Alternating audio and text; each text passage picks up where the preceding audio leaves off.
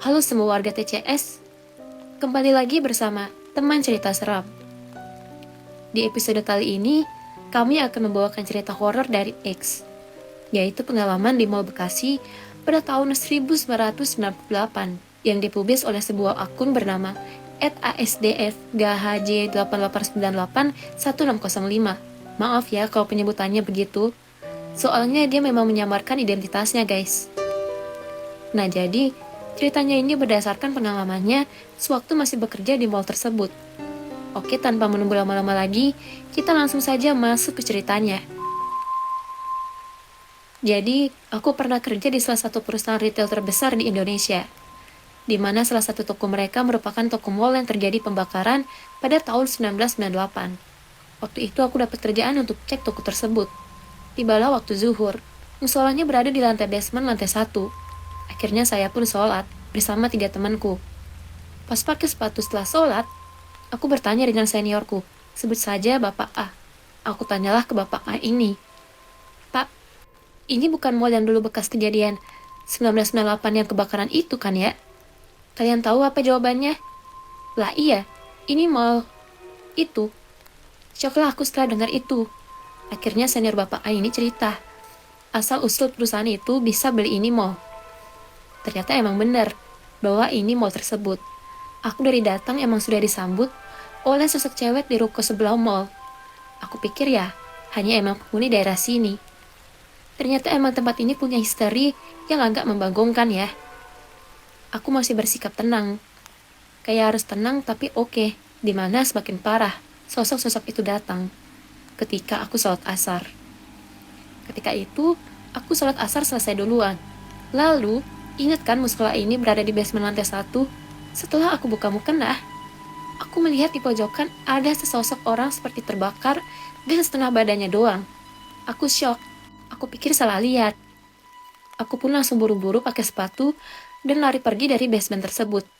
Saat itu karena aku shock, aku langsunglah chat di grup teman-temanku. Guys, temenin gue. Salah satu ada yang balas. Lu kenapa? Abis ngeliat ini ya? Temanku itu menjelaskan detail yang kulihat. Padahal aku belum cerita sama sekali. Namun di saat itu badanku sudah panas. Apalagi yang lebih ngeri, aku tanpa sadar. Aku sudah bolak-balik di mall tersebut. Lantai 1 sampai 3, turun lantai 1, balik sampai lantai 3 lagi. Itu tanpa sadar. Aku kayak dibikin pusing dan gak sadarkan diri.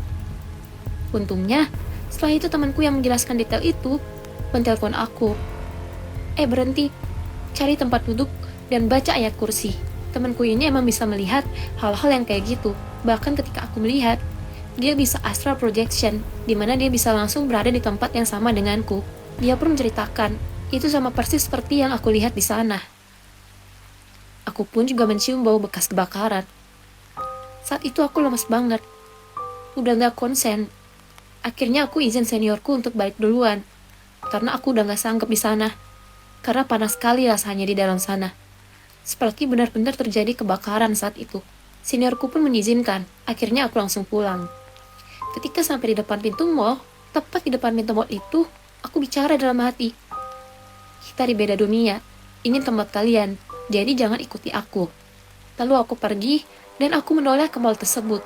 Aku melihat ke lantai paling atas, terasa tuh di depan kaca, ramai orang yang melihat aku dari dalam mall tersebut. Padahal lantai tersebut adalah food court dan bioskop, di mana itu tutup karena COVID-19. Jadi nggak ada sama sekali orang di lantai tersebut. Akhirnya aku pun pulang dengan rasa yang masih deg-degan, pengalaman terparah diriku untuk hal mistis dalam hidupku.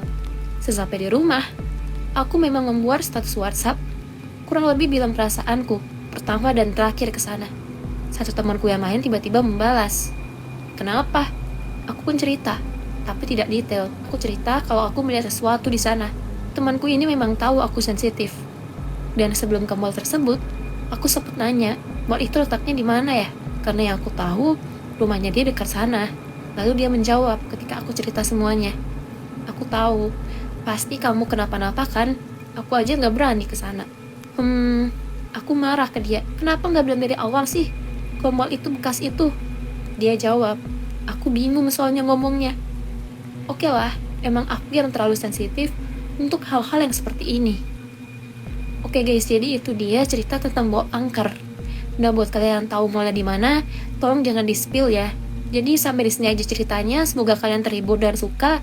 Kalau kalian suka, jangan lupa untuk pencet like, komen, dan subscribe. Dan jangan lupa juga untuk aktifkan lonceng notifikasinya supaya kalian gak ketinggalan cerita-cerita seru dari YouTube channel ini. Sampai di sini aja ceritanya. Sampai jumpa di cerita berikutnya.